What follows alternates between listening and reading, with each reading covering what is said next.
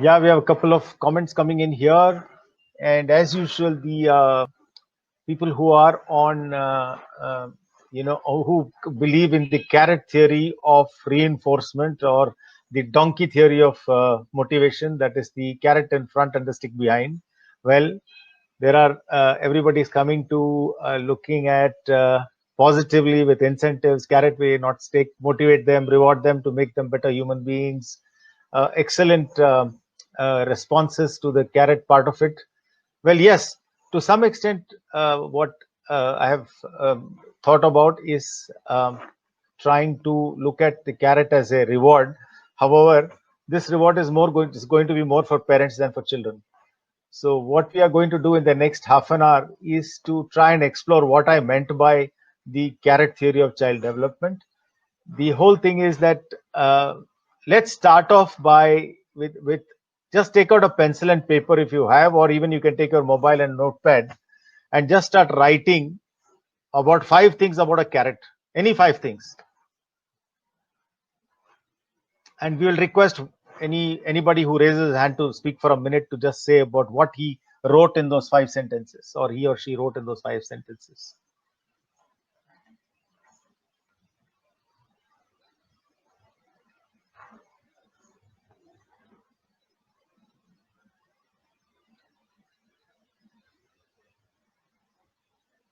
Well, the carrot has got a very interesting metaphor in that everybody is thinking that carrots are encouragements. Well, that's good in a way, uh, or a motivational approach. Yes, motivating. Everybody says carrots are motivating. Well, I don't know. You ask the child. I am sure most children don't think that way anyway. So, have you all written up at least 5 sentences quickly? Anybody wants to share?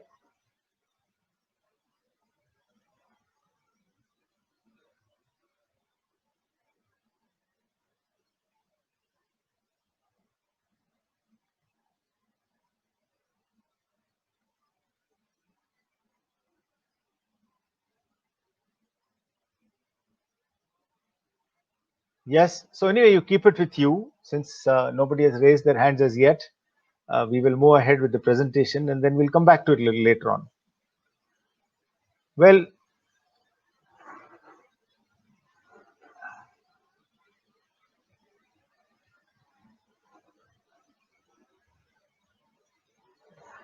if you look at the carrot theory of child development, what it really means is that let's start with the first thing. When I presented this to you and I asked you to write 5 sentences about a carrot, I'm sure every one of you have written things which are very different. I don't think even 2 or 3 of you would have had the same kind of concepts about a carrot.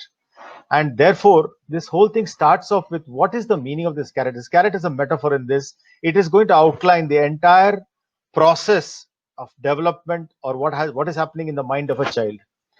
Let me just also thank my wife Aruna for asking me to conclude with the last presentation.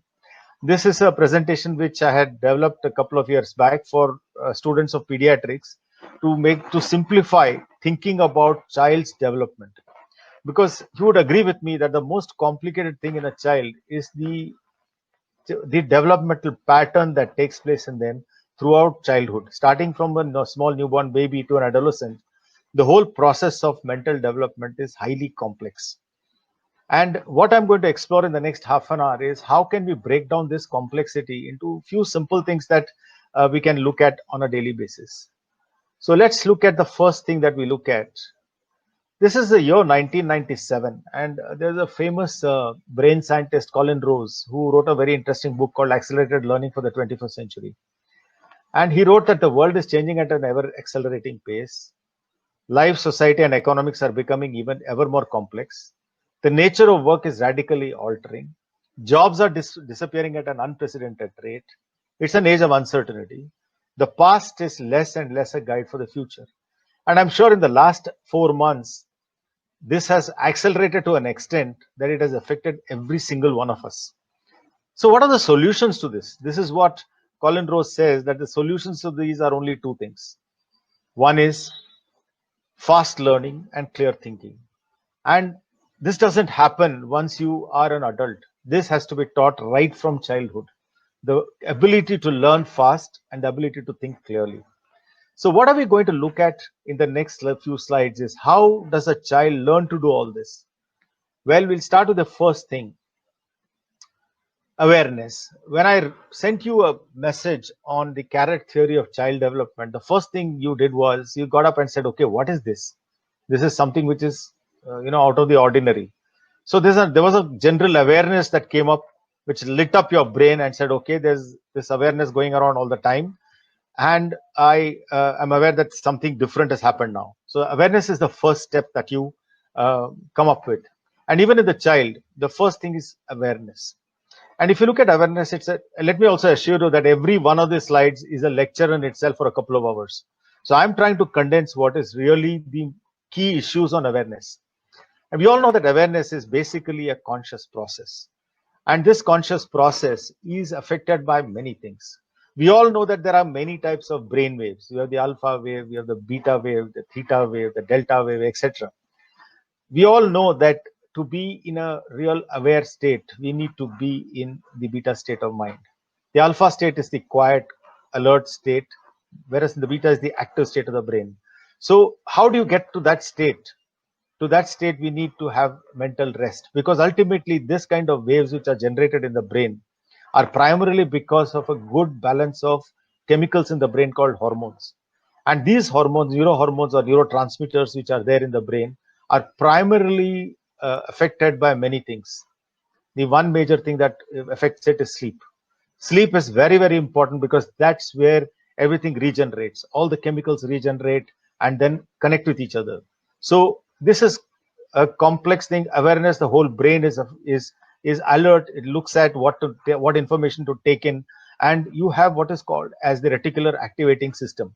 This is a system which is like a web, which goes right from the lower part of the brain to the upper part of the brain, and it keeps the brain active. So a reticular activating system, when it is stimulated, it keeps the brain active. So you're in a state of awareness. So awareness is a very, very important part of the brain. So unless you're aware, you will not go to the next step. So what is the next step? The next step is very, very, very interesting and very intriguing, and that is attention. Attention is focus. That is, this awareness is generalized awareness to know what's going on in the environment. Attention is you focus on one single point there. Now, attention development in children is a very, very important thing. So too in adults. We have children who have attention deficits. Now, how does attention deficit come about? And that's because children keep running away from place to place, from point to point, from item to item. So, and different functions going on. It's like a haywire brain. It's like something going on, jumping inside the brain, which like a jack in the jukebox, keeps jumping up and down. So, attention is very important for learning. And how does attention come? Attention comes, yes, there are few children who have got brain abnormalities in terms of hormonal changes in the brain or neurotransmitter problems. But the vast majority of children have a focus problem. And the focus problem is because as a generation, as a huge population that we are into right now, gradually our attention spans are coming down. And that attention span is coming down primarily because of our screen time. We don't have the patience to even wait for a few web pages to load onto a browser. We want to go to the next browser and to the next step and to find out information quickly. And we don't have time to pay attention. Now, paying attention in a child or even in an older child, in an adult, is a very, very important thing in learning. Unless you pay attention, your learning is going to be deficient. And unfortunately, what's happening currently is that our attention spans are getting affected quite significantly. In fact, there is a term called partial attention syndrome. That means we are never fully attentive to anything. Our attention is always diverted to many things, or what is called as multitasking. Now, is multitasking good? Well, many people think that it's a great thing. You can multitask. You can go from one screen to another. You can have one computer, one tablet, another computer, mobile phone, everything at the same place and start looking from one to the other. But is that good? Well, you might achieve a lot of things in terms of, you might skim the surface of many things, but you're never in depth and into anything at all. And if you want to study something in depth and you want to become a master at that, or you want to become proficient in that, attention is very, very important. And this attention You can train children to be attentive. You can help children to increase their attention spans. We'll come to some of those things a little later on. But attention is a very important part of learning. The next very important thing is once you have awareness and attention and you're focusing on something, the next thing is your sensory thing comes in place.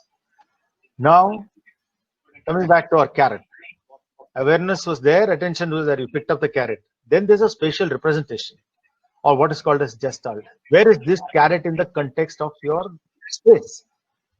That carrot doesn't exist on it in a thin atmosphere. It is somewhere. It's on a ground. It's on a plate. It's got a leaf attached to it. It's got a it's got roots coming out of it. It's got many things. So in the context of space, what is a spatial representation? Children have to learn this very, very importantly. They have to learn spatial representations. Some simple things like the snakes and ladders game is a spatial representation game. So spatial representation is important because, again, please remember, when a child is looking at only at the screen, there is no 3D component. And if your child in the early stages, or let's say under 3 years of age, is only looking at a screen, he only gets 2D dimension of everything. He cannot get a concept of what is depth. So in fact, many children who are addicted to screen times in their early years have difficulty in perception of depth. And what happens when you have difficulty in perception of depth? They land up with accidents because they are unable to define depth when they grow older. So accidents are commoner in these children. So important thing here is to look at the spatial representation. Now, together with spatial representation or visual spatial representation, what is gestalt? Gestalt is the ability to recognize patterns. Now, when I told you carrot, you had a particular shape in mind, a pattern in mind, isn't it? It was a conical structure. It was orange in nature. So it had roots coming out of it. It had leaves coming out from the top. Came in different sizes, came in bunches. So you saw it in different perspectives. So which means that you have to look at it in context. A gestalt is a pattern recognition. The brain in human beings recognizes patterns. If we want to make quick decisions, the decisions come from pattern recognition. Now, together with pattern, what else is important is sequential representation. Now, what is sequential representation? Sequential representation is this. That is, the child learns which is bigger, which is smaller, how they stack up, how they come in order, how they come, like, for example, look at this beautiful child who's kept everything in a different colors. So he knows that there's a sequence of colors which he has to put into place, which makes a pattern. So I think the important thing here is that the child has to recognize first, not only the depth of field, but also has to recognize the sequence of what is coming in. So it's spatial and sequential visual learning that's important. And I can tell you that all these were taught in our childhood by our parents and grandparents in many ways. I don't know how many have played the shells in different pockets, different sizes of shells in different pockets, and different sizes of that lagori. So where we used to play, or even, for example, when you used to play that hop skip with those houses there. So which was all sequential learning and spatial learning. So basically, this is important for you to understand that there are 2 or 3 things of representation that are very important. The next thing is the ability to combine spatial and sequential. Now, for example, when you're learning about the various comets, you need to understand their position, their sizes, and their relation to each other. So the child learns not only spatial representation and sequential representation, but how to combine spatial and sequential to make sense of the world. So this is another very important part of learning that's very, very important. So therefore, if you look at, again, coming back to our carrot, the important thing is to look at carrot not only in terms of the gestalt or the spatial way it is, but in sequence. Supposing you have a number of carrots, how do they stack up? You go to a market, you'll see somebody stacking it up from the smallest to the biggest. From color wise, they'll differentiate it. So therefore, the representation in spatial and sequential is very, very important. Then we come to another important sensory component. This is another part of the sequential and spatial. Here you not only have to look at the sizes, you have to look at it in positions, you have to look at the colors and how they fit into each other. So this again is a it is a good game for children to understand what is spatial and sequential representation in the brain. Then we come to another very important part of it. When I said carrot, obviously you understood it by my speech and my language. You heard it, you interpreted it, and there was an output to it. So therefore, children have to learn. Now, for example, how does a child learn carrot? Okay, by for language and speech. He's shown an object which is orange in color most of the time, but it could be different colors. But then you take an orange color object which is conical in nature, and then you have language. What you say is you show that to him and tell him this particular thing is what we call a carrot. So then you start putting it into categories and whatnot. But the important thing here is that the linkage has to take place. The hearing has to take place. Linkage has to take place in the brain, and the output of speech has to come out.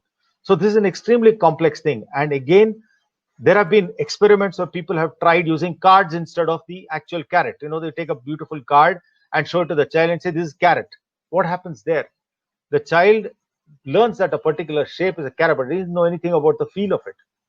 So important thing in children is to teach them by multiple modalities, and especially by showing them the object, making them interpret it, and bringing out the output.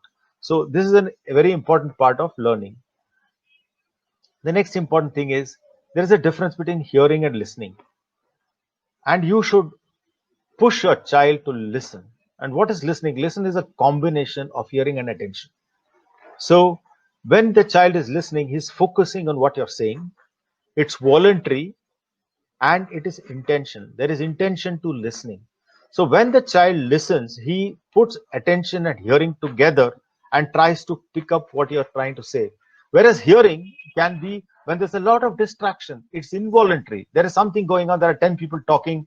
There is no effort to listen to what you're saying. So therefore, hearing and listening is very different. And most parents or everybody should focus on how to get the child to listen attentively. Now, again, when we come to the language, complex of language, language is an extremely complex thing. And if you start it out, you look at phonetics, you look at phonology or phonemes or grouping of this thing, then you see words, phrases and sentences, which is called a syntax, then literal meaning semantics, and in context of a discourse. So a carrot in a Tom and Jerry cartoon is very different from a carrot in a biology class, because it's the same thing, but then the context of the discourse changes. And therefore, we need to understand that all these things are important when we are talking to a child in the interpretation part of it. The other thing is encourage the child to verbalize. Now, before I leave this this particular component of learning, I would also tell you that children are very they've got the ability to grasp more than one language.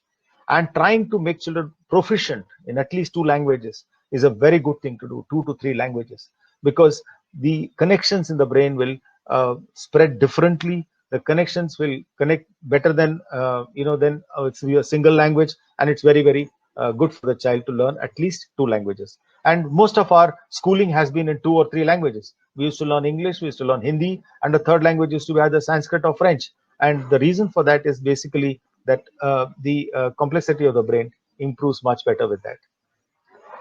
Then we come to the sensory motor part of it. You give a carrot to a child, what does he do? The first thing he does, he wants to touch it, he wants to play with it, he wants to taste it, he wants to bite it, he wants to feel it, he wants to bang it. If you give him a drum or you give him a plate, he's going to bang on it. He's going to smell it. So he's going to explore with it sensory motor wise. This again is a very important thing for a child to do this kind of a experimentation sensory motor wise. You can see this beautiful child here who's trying to play, who's going to touch, he's trying to move, he's trying to focus on it. And this again will build up the sensory motor pattern of picking up things. The next important thing that we look at is, we have looked at all the input areas which we have looked at. We have looked at awareness, we have looked at attention, we looked at spatial vision, sequential vision, hearing, listening, and sensory motor, or what is kinesthetic. Let me again tell you that bring to your attention that most children will learn predominantly vision, followed by hearing, followed by feeling. However, there are some children who will predominantly hear better and learn better by hearing, and then visualize and then feel. Then there are the third group who feel predominantly and then they may have vision and hearing coming later on. So it's very important to understand what your child is predominantly wanting to do. If his if he wants to learn by visual cues, then that may be the main thing to do. If he wants to hear by hearing, then that may be the best thing to do. The touch people are very different. So I think every child learns differently. Of course, it's usually a combination of all this. And it's up to a very sensitive mother to define which baby is going which way and what is the predominant factor in learning. Once we finish that, once you've taken in the input or all the information on what you've looked at, we now come to three main things. And that is a very, very important part of childhood and even adulthood is memory. And how does memory happen? We got our group there of the inputs. They come to what is called as a sensory register.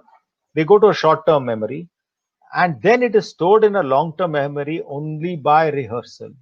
Rehearsal means it has to be shown repeatedly the same thing again and again for it to go into the long-term memory.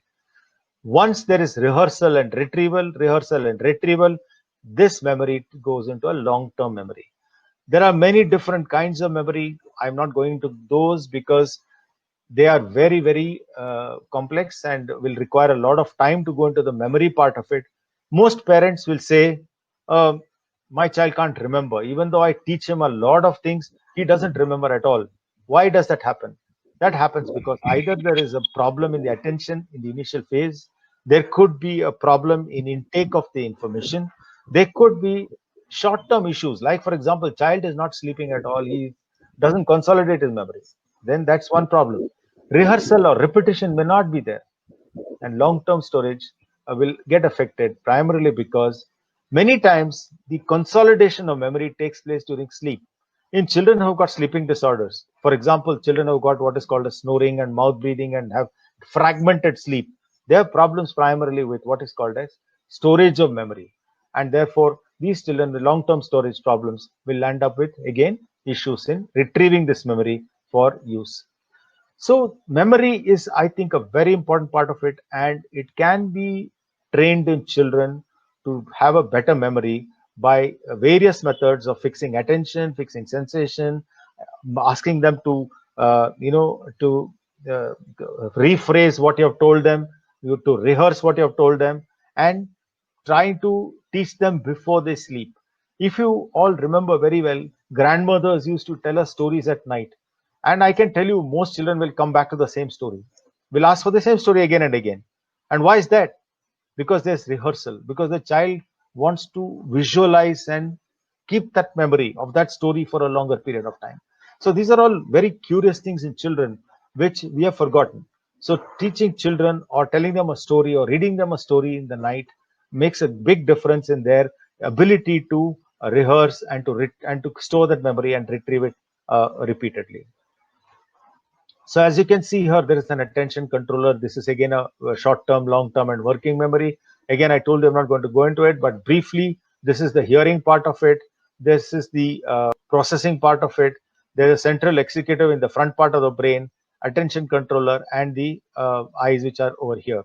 So all this will get together, and there is an organ called as the hippocampus here, which is primarily involved in storing this memory. So this area, which is within the brain, called the hippocampus, and what is called as the prefrontal cortex, are the two main things which are very, very important in keeping this memory going. Now coming to cognition. What is cognition? Cognition is the mental action of processing whatever knowledge this child has taken, understanding it through experience, thought, and the senses. Then what is very vital is how to use the existing knowledge and generate new knowledge. And this is what the entire process of schooling is. See, what do you send children to school for? To learn to think, to experience various things in school, to get their senses in, by hearing, by modeling, by etc., by cognition, by touching, by feeling. So these are the things that the child learns in school. Now they get all this knowledge. What do they do with this knowledge? They need to generate new knowledge. Unfortunately, many schools, I'm not talking all of them, but many schools have this process of only teaching them what is called as rote knowledge. That is, they just learn what the teacher teaches them and nothing more. But the key in cognition is how to generate new knowledge. Now, coming to the carrot question again. Now, if I ask you, can you give me 5 innovative ways of of something, doing something with a carrot? I'm sure every one of you will come up with something which is unusual. And why is that? Why does that come in? Because you're moving away from what is known. We all know that a carrot is used for eating. The carrot can be made into juice. Carrot can be made into halwa. Carrot can be done. All those things we all know. We know that Bugs Bunny loves carrots. We know so many other things about carrots. Okay, common knowledge about carrots. But can we do something different about it? I can tell you something very innovative. There's this child who was building a snowman. You know, in the snow, they build the snowman, and he wanted to find something to put in the nose. You take a carrot and put it there. Innovative. So basic thing is how to use new knowledge in the presence of the older part of the knowledge. Okay, so then Howard Gardner, famous educationist, came up with this theory of multiple intelligences. So intelligence means what? Again, cognition, where you can problem solve. And there are multiple intelligences which he came about. And let's say verbal intelligence, linguistic intelligence. How does this translate into a carrot? You can make a beautiful nursery rhyme out of a carrot. That's a verbal intelligence. You can make a haiku out of a carrot, which is again intelligence. You can do mathematics. You can keep multiple carrots and try a mathematical, or you can do division. How many pieces can I cut this carrot into? What shapes can I cut them into? As a naturalist, I can look at carrots in different ways. I can say what are the main things that allow a carrot to grow to its maximal potential. Then kinesthetic, bodily kinesthetic. Well, which part of the carrot can make my bone strong or my muscle strong? Can I make a song out of a carrot? Can I have interperson? Can I start a conversation with somebody with a carrot? Well, yes, you can. Most definitely, you can. Then can I use a carrot as a method of, let us say, meditation? At an intraperson, can I introspect on a carrot? Yes, I can. I can draw allegories to it. I can get a spiritual framework on it. Visual spatial, can I draw, paint, whatever with a carrot? So there are many intelligences can come with the same object, and that is where the beauty about Indians of human beings is that each one of us have got various combination of intelligences. Each one can do very many things with this intelligence. So again, this is a very interesting thing which is come across. There are a couple of people who have come up with a couple of more intelligences. So I'm not going to go into that now, but suffice to say that each person looks at that particular object in a very different way and with a different intelligence, which predominates his thinking. So therefore, each one of us can look very differently as far as even with a simple thing like a carrot. Then we come to emotion. What has carrot got to do with emotion? Well, one of us will react very differently to a carrot, isn't it? Now, supposing you are coming from a family which is into, let's say, natural food, or vegans, or who are vegetarians, you love a carrot. You say, "Wow, look at that great carrot." Whereas there are people who would say the same kind of group. We come from a social group which says no, so there can be an emotion attached to it. Supposing you are forced to eat carrots, then you will come up with a different kind of an emotion. Okay, so or this guy says, "Oh, say again carrot once more," and he said, "Oh, carrot." So therefore, every object or every thought process has some emotion attached to it, and we know very well that when you have positive emotions which are associated with it, like for example, you are happy for eating a carrot, you feel fulfilled. You're excited about eating a carrot. Well, many things can go wrong. Can go very great with you. You're tender with a carrot. Well, that can also have its own this thing. But again, the carrot may also put you onto a different kind of formats, like feeling sad or angry or scared about eating a carrot. So there are various emotions that can be attached with a carrot, and so this is very important to know that the same object which has no basic intrinsic emotion can get us into various emotional contexts here. Now we come to another important thing of behavioral. Now, when you see a carrot, what happens here? Here you can see this guy, this beautiful child here looking at this carrot. And what is there below this? There's a nice, interesting cake with a carrot on top. Well, he can grab the carrot, throw the carrot. He can postpone doing anything with the carrot till he asks his mom what to do with the carrot. He can take the carrot, peel it, and eat it. He can eat it without peeling it as it is, probably dirty. So the behavior again is modeled by 2 or 3 things. What has been the past experience with that carrot? Okay, what has happened? What has his mother told him? What has family told him to do? Have they told him that you must never eat a carrot without peeling it and washing it? Yes. Or what they've told, you should never eat any such thing without asking mother for permission.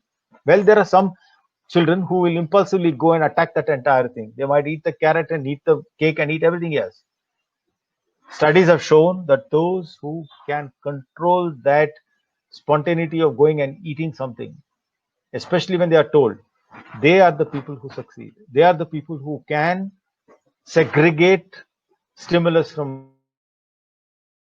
space between stimulus and response. And this again is very important to build in a child, that they don't immediately act on something that is right available there. So again, behavior is a very important part um, of learning. Then we come to another very, very important thing, and that is the social part of a carrot. You'll say, what is so great about social part of a carrot? Well, you can look here. After all, we all live in a social world, and there are different things that a carrot can do. This is a carrot club, and this is a carrot leader. You can see a carrot there and a carrot there. So he's running around with a carrot. So there's an affiliation there. A conversation can start. It's a social currency. You can discuss the utility of carrots. You can talk about advocacy. There are people who will advocate for carrot-based diets. Then you can be a source of information about carrots. And this guy, for example, can say, I'm a carrot man. There are different people with different things. You can have different innovations for, chopping carrots, which can be a point of conversation. So there are intrinsically everything that we look at in terms of learning has got a social background to it. So when we are looking at all these things, what is it coming to ultimately? Well, each one of us looks at carrots very differently. There are different types of carrots, as you can see here. There are very different colors of carrots, different sizes of carrots, and different issues about carrots. So ultimately, we have awareness, attention, listening and language, visual representation in terms of spatial or sequential, kinesthetic, olfactory, gustatory. I have not touched olfactory because carrots intrinsically don't smell very much, but of course they could have an earthy smell when you take them out of the ground. Memory is important, cognition is important, emotion is important, social is important, and finally we talked about creativity along with cognition, and that is the way to relook at it. Now with all this, yes, we know how does it occur. Now in learning, what is important here is that the most important thing here is we have to look at safety. A child is going to learn only when he knows that he is absolutely safe, and the house should be a place of sanctuary where there is safety there. The second is there should be a happy, contented, emotional stability time. Third important thing is attention, protected time, especially from screens. And finally, repetition. Repetition again prior to sleep makes a very big difference in the child's life. Every child should learn at least 5 minutes per skill, which I talked about 12 skills here. 5 minutes, 60 minutes a day, 30 minutes from parents. You can have checklists, communicate, make it a habit. There's a very interesting thing that you just have to make a small habit of doing something and make it fun and build a story around it. Put the scaffolding in place. Give small rewards to the child for having learned a particular skill. These are all things which will make the child very, very happy about it. Please remember that the brain of a baby has 100 million neurons, 100 million of them, with 10,000 synapses or connections between each of these neurons. If you take this out, if you take out and connect one neuron to another, you cannot even reach the ends of the universe. What is important is what fires together wires together. Very important thing. Dan Siegel, famous child psychologist, has mentioned this very nicely. What fires together wires together means if you keep firing the same neural networks repeatedly, those networks will make it into a habit. And then, like for example, you want your child to brush his teeth at night. If you make that a habit, well, after some time it's automatic. You don't have to tell him, it's automatically brushing time. There are critical periods. Please remember that the critical period for a child is under 5 years of age, predominantly under 3 years of age. If you miss this period of teaching children many things, teaching them later becomes a very difficult thing. Neuroplasticity, well, there are children who have got problems, who land up with maybe some injuries in their brain or in their attention or whatever it is. Brain has got a phenomenal capacity for working around that. So neuroplasticity is a very important concept which everybody should remember. And finally, repetition is the key. Repetition with attention makes the main thing important there. This is a small picture of the brain. As we said, I'm just not going to go through, it's a bit confusing here, so I won't go into this and just give you the basic things here. Fundamentally, vision is here, understanding is here, memory is right inside, as I told you, behavior control, problem solving, and word production are all in this area. So, this brain is a complex organ. I'm not going to the complexity, but what just giving you the brief understanding of how the brain functions in your child. So if you want your child to do brilliantly, think what can be today's carrot, give it to him every day, and please remember every carrot is different. So thank you very much for that patient listening, and I think we're finished in 40 minutes, and I will take any questions if there are any. Thank you.